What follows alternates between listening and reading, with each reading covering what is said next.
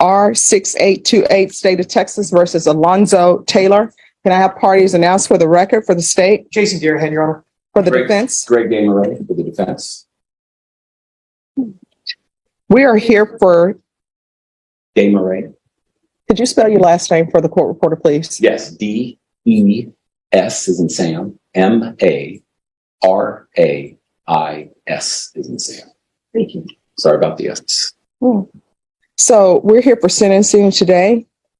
You entered a plea on March 29th of no contest, and you applied for deferred adjudication. According to the plea bargaining agreement, punishments be assessed at a cap of 5 years, and the state is silent on your application.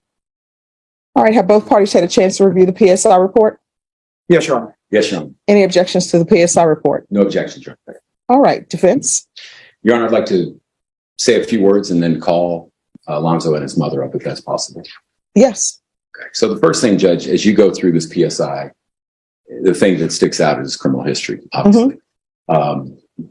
This young man just turned 20, April 8th. And as we just talked out there, I'm saying you're the perfect candidate for probation because of this. You're at a crossroads. Your life is going to be defined by what you do from now on. You've already made this thing as since a 12-year-old, if you go back with those ages. He does have certificates for construction that he can work. He does have a job. He does not have any dependents. I talked to him about his alcohol and drug use, and he's saying that is not happening. All right, if you drug tested today, what are the results going to be? Kind of dirty. Okay. All right. Kind of dirty. He said kind of dirty. Dirty for what? Marijuana, I think. No, it's not marijuana, I think. You know what you were using. So what have you used? Let me put you under oath. Can you raise your right hand for me, please? Do you solemnly swear or affirm the testimony you give will be the truth and nothing but the truth, so help you God? Yes, ma'am. All right, you can lower your hand and you're going to have to speak up so the court reporter can hear. So what are you going to be dirty for? Okay, pause right there. This is the moment everything shifts. He knew sentencing was today. He knew prison was on the table. And he still showed up kind of dirty. That's not just a bad decision. That's a credibility killer. In court, especially at sentencing, judges are looking for responsibility and self-control. If you can't stay clean when 5 years is hanging over your head, what message does that send? Drop a comment. Was this nerves, addiction, or just reckless thinking? Marijuana. And what else? All right, before we continue, I'm going to want a UA. Yes, Judge. All right. They're going to give you a UA. Do we need to Oh, they're going to have. Oh no, they're going to have somebody come and give him a UA. All right. And then we'll continue. Judge, may I run around to some other court real quick? Yes, you can. How long is that going to take? About an hour? Oh no, they're going to do a UA. Are you prepared to go now? All right, so they're going to do a UA very quickly. All right, and yeah, so Vashawn, do we have results? Positive for THC. Okay, all right, let's bring him on out. THC. Do you have a base level or? No, they can't give base level. Come on, Judge. I'm working with thin air here. I know, and you're a teacher too. About to teach. Yeah, well, sometimes clients don't tell you everything. Well, no, and I talked to his mom about that. So, Okay. Hey, Lonzo right here. All right, we're back on the record. So when's the last time you used marijuana? About a week ago, it was a candy bar. Okay, you're going to need to speak up. Right now is not the time to be too cool for school. It was about a week ago. It was a candy bar site. My voice is just kind of deep in the. Right. So why are you doing marijuana when you know you have sentencing and you know I could send you to prison for 5 years? Because I'm sure your attorney will tell you, and I'm sure the state will tell you, in this court, age is just a number. I'm not going to treat you like a child because you're not a child. You're in adult court. I don't know why people want to use some drugs before they come to court and then try to throw themselves on the mercy of the court. State is silent, but you're here for a serious offense where you could end up going to prison for 5 years. And I will tell you this, if you end up going to prison for 5 years, it's not your mom's fault. It's not your attorney's fault. Because I'm sure your attorney probably already told you that I always, well, not always, but usually ask for a drug test. And all you had to do was come into court clean today. And if I were to send you to prison today, which I haven't made up my mind on that, it would be entirely your fault because your criminal history is just insane for someone your age. Do you understand? Yes, ma'am. So what are you doing with your life? Well, I'm not going to say that, in the past that, it was a regret because jail kind of did help me out, I had problems and helped me. Oh, wait, let's do this. Let's stop saying after every sentence. I want you to concentrate and try not to say A lot of people come before me and they say, it's like, well, like this and like that. Okay. Your attorney is also a teacher, as am I. And I will tell you, he does not like his children saying, it's like. So let's try not to have that when we speak. Okay. All right. Go ahead. I went to school for, construction. It's always been like, a dream job, you know what I mean? Sorry, it's just how. Can I ask him a few questions, Your Honor? No, I want to. Okay. I want to hear him. Well, I went to construction for about 3 years the school for construction, I got my NCCR, my OSHA. See, it's hard. And I'm doing this not to make fun of you, but you have to learn how to speak, not like you speak with your friends, because this is a professional setting. And when you go do job interviews, people are not going to want to hear, it's like, So concentrate on not saying those things. It's for the betterment of you. So concentrate, not saying that, and not saying, okay, and it's like. And I want you to stand up straight, and I want you to stop mumbling, and I want you to speak so I can hear you, because I'm trying to make a decision on whether or not to send you to prison. Yes, ma'am. So go for it. I went to school for 3 years for construction. Since then, I got my NCCR, OSHA, and my level in carpentry, cabinets and stuff like that. And do you have an opportunity for a job? Yeah, I have an opportunity to job. I have a neighbor that does construction. So, does your neighbor know that you're doing marijuana? Yes, ma'am. You're telling me that your neighbor wants to hire you and your neighbor knows that you're doing marijuana. Tell the truth. No, ma'am. Here's the other thing. Do not be dishonest with me. I do not like when people are dishonest. You cannot do construction and use drugs. If you do, something's going to happen. Either there's going to be an accident at the job, and I have relatives who do construction work. I have relatives who drive. Anytime there's an accident, the first thing they want them to do, whether it's their fault or not, is take a drug test. And if there were an accident at a construction site, they would have you take a drug test. You would be positive for marijuana like you're positive today, and you would be fired.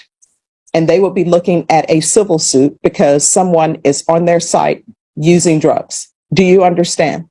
Yes, ma'am. And are you living with your mother? Yes, ma'am. I know she doesn't want drugs in her house. Yes, ma'am. Can I see his mom? Absolutely. Ma'am, come on up. Peter. Mr. Chair. And you had requested her, Judge, and Yes. made sure she wanted to be here as well. Thank you. Absolutely. Right. Can you raise your right hand for me, please? Do you solemnly swear or affirm the testimony you give will be the truth and nothing but the truth, so help you God?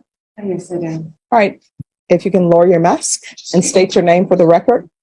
My name is Tracy. And Right. And are you his mother? yes. What does he spend his day doing? Well, just normal, sleeping. He goes and helps me with Ubering. How does he help you with Ubering? He delivers the food. Does he have any friends over? Not really. Does he No. have a curfew? Well, he has a GPS on, so he doesn't get to leave. He's just gone from 2 to 10, and then he's at home. I don't really have any. He's different. It's calmer. Does he help you clean the home? He does. He cleans his room. That's the most important thing, is keeping his room clean. That's what I care about. Is every kid can clean their own room and wash their own dishes. That's great with me, because that is the most important thing, is if he can make sure he cleans his room. Because I know he doesn't make a lot of the mess that's in the kitchen. It's not him. But when he does, he's very good at cleaning. He's different. All right, who all is in the household? So it's me, it's Lonzo, my 3 other kids. My friend comes around once in a while, but he doesn't live there, but he does. So are the people in the home just his siblings? Just his siblings. His girlfriend comes, but she doesn't stay. She just And I'm comes. hoping she's not in a bedroom with the door closed with him. Yes. Oh, that needs to stop. I don't know how parents do it today, but what I can tell you, in my household, when I was growing up, number one, there were no boys in bedrooms. Yeah. Number two, they were only in common areas. And number three, they had to call before they came. Very And when my grandmother would babysit me, my aunt had a boyfriend to come over. And you know what ended up happening? He overstayed his welcome. And you know what my grandmother told him? No one is going to come into my home and try to outsit me. And she put him out from the common area. Now, he hung around, and now he and my aunt have been married for like 30 years. So I guess he was like, I'm going to take what your grandmother is dishing out. But he should not be in a bedroom with a door closed with his girlfriend. You know why? Because one, he's not ready to have a child because he's using marijuana. He has all this criminal history. And any mother who would allow a girlfriend to see someone with the baggage he has when he doesn't have his life in order, I question that mother. And he may end up improving his life, but the way his life stands right now, it's chaos. It's chaos with the GPS. It's chaos because he's looking at 5 years prison, and you have some girl coming over in his bedroom with the door closed. That equals possibility of children. And are you ready to be a grandmother from him? No, they both take care of themselves to the point where they are No, not no, they having don't. kids. They're young. And young children tend to do dumb things, whether they have been raised by Mary Poppins or not. They still do dumb things. And I'm just going to be honest with you, right? Now, this is high stakes courtroom chess, deferred adjudication, or straight prison time. And here's the legal twist most people miss. Deferred sounds like freedom, but it's actually a tighter leash. If he messes up, that 5-year cap disappears, and the judge can go up to 10. It's probation with a sword hanging over your head. So, when she says probation in this court is difficult, that's not a warning. That's a promise. What would you choose? 2 years done and over with, or 5 years walking on eggshells? I don't understand how parents allow children who are not married to come into their home and treat their home, as my grandmother used to say, like a hotel motel. That should not be happening. And you know why? Because it sets a bad example for his siblings. And then your home becomes a hotel motel. The only difference is they don't have to pay for it. Very true. So that needs to stop. Do you understand? Yes, I understand. All right. Thank you. Thank you. Thank you. All right. Here is your choice. I can give you a deferred adjudication. If I give you deferred adjudication, if you are revoked, you're going to be looking at 10 years in prison. Or I can send you to prison for 2 years and you will be done. Which would you prefer? Adjudication. Right. And what I can tell you is Deputy Laura tells me all the time that she doesn't know how people do probation in this court, because probation in my court is difficult. Because if I give you probation, I want you to be rehabilitated. Do you understand? Yes, ma'am. All right, the court is going to sentence you to 5 years deferred adjudication. There's a $1,500 fine that will be probated. There should be proof of employment within 30 days. There should be no employment as a home health care provider or with minors. There should be regular reporting by Zoom or in person. Regular UAs. I'm going to want him tested for levels. Those levels had better start going down. You understand? Yes, ma'am. And is this girlfriend you have, is she using as well? No, ma'am. Another reason why she shouldn't be with you. It sounds like she doesn't use drugs, but you do. And then you have these criminal cases and you just been placed on deferred for felony in possession of a weapon. You need to ask yourself, why is she with me? And if it's because she sees something in you, you need to ask yourself, what does she see in me? And the fact that she's taken a chance on you, you need to start doing better. He's going to remain on GPS. I'm going to want a curfew. The only exception to the curfew is if he's at work. So he's going to be in the home by 8 p.m. And if he's not working on weekends, he is to remain at home on the weekends. So there will be no partying for you. Your Honor, if I may. So the construction job with his neighbor that he was talking about, he was saying that how is that going to work with GPS? Because I don't know if that person, well, that's what we need to find out. We need to talk to him and see if he can arrange a schedule. The problem they have with the GPS, it's on a school campus and they go around military bases Mhm. and they do the routes. Oh, we'll figure it out. We'll figure it out. Yes. They want you working. Okay? They want you using your craft. But you also got to show this court that you're going to be doing what you need to do. All right. So it's partial GPS. And, I get it. All right. It's partial GPS for employment. I'm going to want field visits 1 time per month, 200 hours of community service restitution. Probation. Is there anything else he needs? Your Honor, yes, you said curfew is 8 p.m. to 6 a.m. No. He. My understanding, he's going to be working throughout the week. So he doesn't leave the house till 7 a.m. and he's back at 8 p.m. But if he's at work, then he can work. And Judge, I appreciate your thoroughness. I just need to make sure he understands this. You're saying if that construction job, if he cannot have the GPS, you're saying then he cannot work that job. Is that what we're saying? Well, let's just see. I don't believe in crossing bridges until they're I built. agree, Judge. So let's see where we are on that. And then if there's an issue with that, then he can come back to the court. And this court, to be successful on probation, communication is key. So if there's an issue, talk to the probation. If you're not able to speak with probation or you feel like they're not addressing your issue, then come to court and address it with me. Very good. but the issues on the construction job side is not with this side. That's the reason I haven't been able to work yet. Okay, I don't understand what you're saying. The issues on the construction side, that's why I haven't been able to work yet. Like, what is the issue? It's the monitor, me being around, gotta be on school campuses, military bases. It just doesn't look right in the field. So you need to talk to that boss and see if that's a no-go. In other words, I mean, get some big boots. Get some big boots on.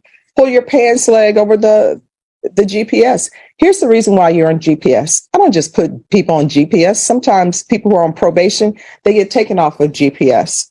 The reason why you're on GPS is because you are not even doing what you're supposed to do with this hanging over your head. You knew that I could send you to prison for potentially 5 years, and you chose marijuana over having a better shot at not going to prison. And I'm going to want a TAP evaluation.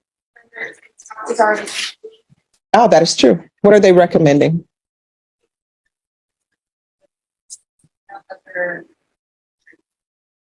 All right. What I'm going to do with you, I'm going to want 90 sober meetings in 90 days. And those are all over the city. You understand?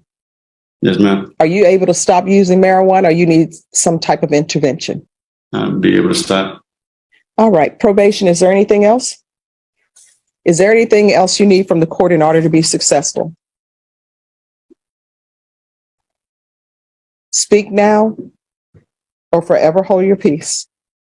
I'm concerned about the job. You know, it's kind of my dream job. And No, wear long pants. And I've said it, I'm going to say it again. And maybe the marijuana is clouding your mind, but this is what I'm telling you. Wear long pants, wear bigger boots. If there's another issue where the construction job is saying you cannot wear GPS to work this job, then that means that bridge has been built. Your attorney can come back to me and we can address it. But if they are saying that construction, you can't have that with construction, you're going to need that person to come into court or either do an affidavit with your attorney or directly speak to your attorney to say construction cannot be done with this. Do you understand? yes, ma'am. All right. Showing you what's entitled trial court certification of defendant's rights to appeal. Did you review that with your attorney? Did you understand it? Did you sign it? Yes, ma'am. Yes. Judge, one more issue. Thank you. So my son passed away. So How long ago? it was 4 years ago, but I wanted to do something with my family for his birthday, and that's this Saturday. And I wanted to find out if that would be okay. Where are you All going right. to go? LaShawn, We're going to the Live Oak Park. And okay. Can you make sure that they're allowed to celebrate her? I won't say celebrate, but acknowledge her son's passing and that he's allowed to attend. So Saturday, if whatever their plans are, he's allowed to attend. And as far as the monitor, so I completely understand why you want to have the monitor and not. But I will tell you that Alonso's been to a lot of interviews, and so it is very difficult to wear a monitor and people want to give you a job. And so his friend was explaining to him too, because I overheard the phone. And I overheard you say something too, and it made me think about something. Because a lot of people judge something that they don't know the whole story about. And that's an unfortunate thing because we've been dealing with this for a very long time, and I'm still dealing with this. And this is one of the things that have caused a lot of problems for Alonzo. All right, here's the thing. I understand what you're saying. I'm internalizing it, but I want you to understand something. He needs structure. He doesn't have structure. And I am not trying to question your parenting skills, but this is what I see. Parents are trying to be friends with their children. They're acting like their friends, their children are their friends and adults. You're not technically an adult. You know why? Because you can't take care of yourself. You're living at home with your mother. You're using her home as a hotel room, and she's letting you use it as a hotel room. You've been having issues since you've been a juvenile. We got the resisting arrest and search, criminal trespass, criminal mischief, unauthorized use of a vehicle, failure to identify, another resisting arrest, search and transport. I'm ignoring that because that was taken into taken in consideration. And then you've been to TYC before. And you know what that tells me? That tells me a little bit that one, you need structure. And mom, you are not his friend, you are his parent. And you need to start laying down the law because otherwise he's going to end up in prison. And if you violate the conditions that I've set for you, what's going to end up happening is you could be looking at 10 years in prison. Here on out, everything that you do in your life, every decision that you're making, you need to ask yourself, is this something that could result in me going to prison for 10 years? If the answer is yes, don't do it. If the answer is maybe, don't do it. Because what I can tell you is, and Deputy Laura will tell you, Deputy Mejia and Miss Abrams will tell you, at some point in time, when people violate conditions in this court, they always end up getting caught. You may not get caught the first time you violate it, but ultimately you end up getting caught because I'm serious about probation coming out doing field visits. And when they do, and something happens, you know what ends up happening? I receive a motion to revoke. And when I get that motion to revoke, if it's in proper order, I check the box and a warrant is issued. You are picked up by the police and you are taken into custody. And either your mom makes bond for you or she does not. If she doesn't make bond for you, you are brought over in orange after having been at the jail with other inmates, sharing toilets, sharing clothing. And then I hear your motion. And if it turns out that it is true and I find it's true, then you're looking at 10 years in the prison. Do you understand? Yes, ma'am. So your mom is allowing you to do things that she should not be allowing you to do. So you're going to have to check yourself. I don't know if that's something that young people still say, but that's what they said when I was growing up. You're going to have to put yourself in check because your mom looks at you. Your mom loves you. Your mom looks at you as still as her little boy. You're an adult. So if you love your mom, you're going to have to start doing things appropriately so your mom doesn't have to come to court begging you and not seeing the fact that she has a son who came to court for sentencing and you're using marijuana. And you're probably using it in her house in the form of candy bars or whatever. And you're in the back room with your girlfriend having sex or whatever. And you're going to end up, if you continue on that vein, you guys are going to forget something. And you're going to end up bringing a grandchild into this world for her, and she's going to end up caring for it. And that grandchild is going to be stuck with the father who has all this history, who doesn't have their life in order. Do you understand? Yes, ma'am. All right. So probation will go over conditions with you. Thank you, Judge. 2022 CR 6828, Sadis, Texas versus Alonzo Miguel Taylor. Yes, ma'am. Tony, have a great day. Good judge. All right. Always good seeing you. All right. And for Mr. Taylor? William Davis. All right. And are you Mr. Alonzo Taylor? Yes, ma'am. Going to show you what's entitled Motion to Enter Adjudication of Guilt and Revoke Community Supervision and First Amendment Motion to Enter Adjudication of Guilt and Revoke Community Supervision. Did you review that document with your attorney? Did you understand it? Yes, ma'am. Are you the same Alonzo Miguel Taylor who was placed on deferred adjudication in 2022 CR 6828 for the offense of felon in possession of a firearm on May 10, 2023 for a period of 5 years? Is that you? Yes, ma'am. All right, state. Violated condition number 1, on or about the 9th day of February 2022 in Bexar County, Texas, the defendant, Alonzo Miguel Taylor, committed the offense of evading arrest or detention in violation of condition number 1. How do you plead to that? True or not true? True. And Your Honor, we waive the other violations alleged in the motions. Any objections? No objection, Your Honor. Did you understand by pleading true to violation of condition number 1, the court could find it true, grant the motion, find you guilty, and sentence you up to 10 years in the prison and up to $10,000 fine? Yes, ma'am. Knowing that, do you still wish to plead true to violation of condition number 1? Yes, ma'am. Court will find violation of condition number 1 true. Is there a proposed agreement? There's not, Your Honor. We're going open on this, but we have agreed that the defendant will go plead to the evading that he just pled true to in County Court number 5, and the state has agreed to TIC the resisting from February 9th, 2024, and the evading from November 15th, 2023. The state is asking that the defendant be revoked and sentenced to 6 years in the prison, and I believe the defense would like to be heard on that. Yes, defense. What are you requesting? Your Honor, his mother, Miss Tejeda, is here. Can I call her as a witness? Sure. Okay, thank you. All right. Let me ask you something before you call her. Is this the same mother who came in here previously and she was allowing him to have females in his room and said that the great thing about him was that he kept his room clean? Is this the same mother? So, Oh, no, I think it is. But bring her on up. she says Here, that sir. you know who she is. Oh, yes, I do. She hasn't. I remember this case. His hair was a different color at that time. You have a good memory. I try. I actually wanted to show her something. So, All right, can you raise your right hand? yeah, Do you solemnly swear or affirm the testimony you give will be the truth and nothing but the truth, so help you God? I do. All right, you can lower your hand, state your name for the record. My name is Tracy. Last name is Tejeda. All right, what do you wish to tell me? So this has been a long time. I didn't expect for everybody to be here, but I know plenty of parents come here or they don't. My son, I've been going through this for a very long time. And I wanted to show you something where I lost my son and how old he was because of the system. No. Let me stop you right there. It's not because of the system.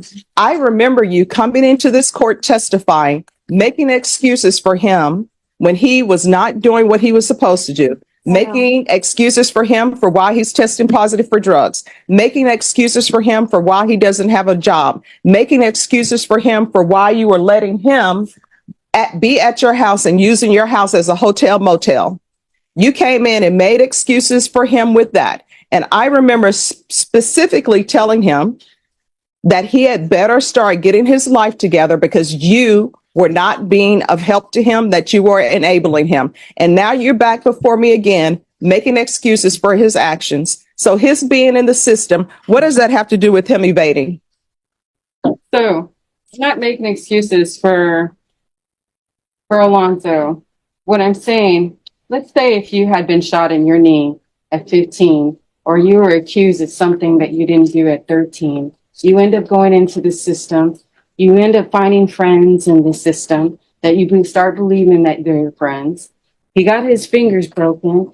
Not to mention, I can name several other things that Alonzo's been through mentally that has been very challenging for him since he's been a child, okay? So I don't make excuses, but I do understand when people go through things in their lives, that mentally damages them. So there's a lot that you guys don't know about Alonzo, what he's seen and what he's experienced. And Let me tell you this. Here's an excuse that you're making, and you made it before. Since you're bringing me into the equation, let me bring myself into the equation as you've done. My mother divorced. When I was young, my brother was young. And guess what? She had rules and we had to follow those rules. There is no way on this planet that my mom ever allowed us to have people in our bedrooms with doors closed, knowing that we are having sex in bedrooms with the doors closed and saying we're going to take care of it. You have done a disservice to him because you've been making excuses. Everybody, I can tell you, everybody in this court has had something traumatic happen to them. Believe it or not, I've had traumatic things happen to me. People think that I just came on this bench and everything was fine and I had this perfect Pollyanna life. That's not my life. But you know what? At a certain point in time, no matter what has happened to you in your past, at some point, the choices you're making are the choices you are making. Do you understand? Oh, yes, I definitely understand. And I explained that to Alonzo too. And so that's why I explained to him like outpatient mental health. Oh, no, let me just tell you, let me stop you right there. If I continue him on probation, there is no way he's doing any type of outpatient. And there's no way he's going to be living with you because obviously you are an enabler. You're not a good influence in your life. And I knew when I placed him on probation previously that he should not be living with you, but he had no other choice but to stay with you. I knew that. So I'll own that. He was 19. Yeah. And here's the dramatic full circle moment. Same judge, same defendant, same mother. But now we're in revocation territory. And that is the most dangerous place to be in criminal court. When someone pleads true to a violation, the judge can immediately send them to prison. No jury, no trial, just sentencing. The fact that she denied the motion and gave him another chance, that's mercy. But it's conditional mercy. Structure over sympathy, accountability over excuses. The real question is this. Can someone truly change if the environment around them doesn't? Or does the system eventually win? Let me know what you think. Enabling him. But 19 years old. No, you cannot. I'm not. I understand what you're stating, but I've come a long way with Alonzo, and he's come a long way. He's changed a lot. No, he hasn't. Yes. Yes, he has. All right, I'm going to have you step back. Thank you. Can you come forward? Can I talk? No, you may not. I'm going to give you a choice. Please go on. No, I'm going to give you a choice.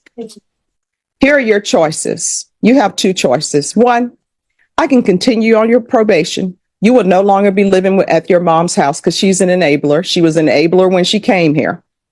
And she was an enabler last time for you when you had a different hair color. She was an enabler when you kept testing positive for drugs. So one or two things. One, I can continue you, or I can sentence you to 7 years in prison. Which do you prefer? Continue. All right. So you're not going to be allowed to live with your mom anymore. I'm going to deny the motion. And the only reason why, well, one of the many reasons why I'm continuing you is because of your age. You're young. I still think you can be saved. I could send you to prison, and you know what would happen at the prison? Let me see one thing. No. You know what would end up happening at prison? Isolated like always. There. Oh, no, you wouldn't be isolated. You'd be in general population, and people would be looking at you some kind of way. Prison is not a nice place to be. Prison is not a place where people go and everybody just leave them alone and everybody's being nice to each other. I'm going to deny the motion. I'm going to alter the main conditions. And that's going to include, he's either probation, he's either going to felony drug court, or he's going to state ISF. And is cognitive local or not? State ISF is not local at all, Judge. All right. So Their ISF, the local ISF is here in San Diego. all right, he's going to do state ISF. And he's not allowed to reside with his mom. It's time for you to grow up. Can I do felony drug court? Hmm? Can I do felony drug court? If felony drug court accepts you, and you had better talk to them and let them know that you want to be in felony drug court. You understand? No. You had better start making better choices with your life. Now, do you still want to talk to me? No. All right, raise your right hand. Do you solemnly swear or affirm the testimony you give will be the truth and nothing but the truth, so help you God? Yes, ma'am. What do you want to say? I just want to say, my mom's my best friend. She's my only friend. Mm-hmm. Most of my life, she's right. I've been isolated from the world, basically. I'm not really good at talking to people. I never was. Today, I might mess up my speech a little bit. No. I understand. I made mistakes in my life, a lot of mistakes. Can't really take them back.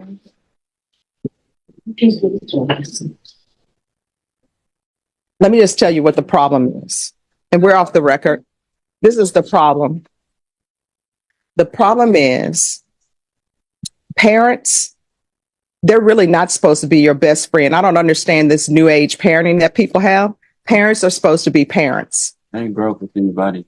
No, that's what I'm saying. Guess what? You know who was in my life? My mom. But my mom let me know that she's my mom. We're not girlfriends, right? I know I can go to her. I know I can tell her anything, and I would tell her anything. But there is no way on this earth that I will be calling her by her first name because she was my mother. And we were not best friends. We were not girlfriends. I knew that she was in charge, and that's how it was ran. And I'm only telling you this since your mom wanted to bring me in the equation. Your problem is your mom, with her letting you treat her house like a hotel motel. Guess what? That's because y'all are best friends. She's not behaving as a mother, and you are going to have to grow up. And that's why you're not allowed to reside with her, because she's enabling you and she's making excuses. At some point, the choices you make in your life, guess what? Those are your own choices. Because otherwise, everybody in here has some trauma, and they can go out, continue to break the law, and they can just come in and say, oh, I only have a single parent. Oh, I got shot. Oh, they kicked me out of school. Oh, I never had anybody to be there for me. Oh, I only have one friend. There are so many excuses that people can have for not doing the right thing. That's going to stop with you today. You understand? No. We're done. Thank you. Thank you. You're welcome.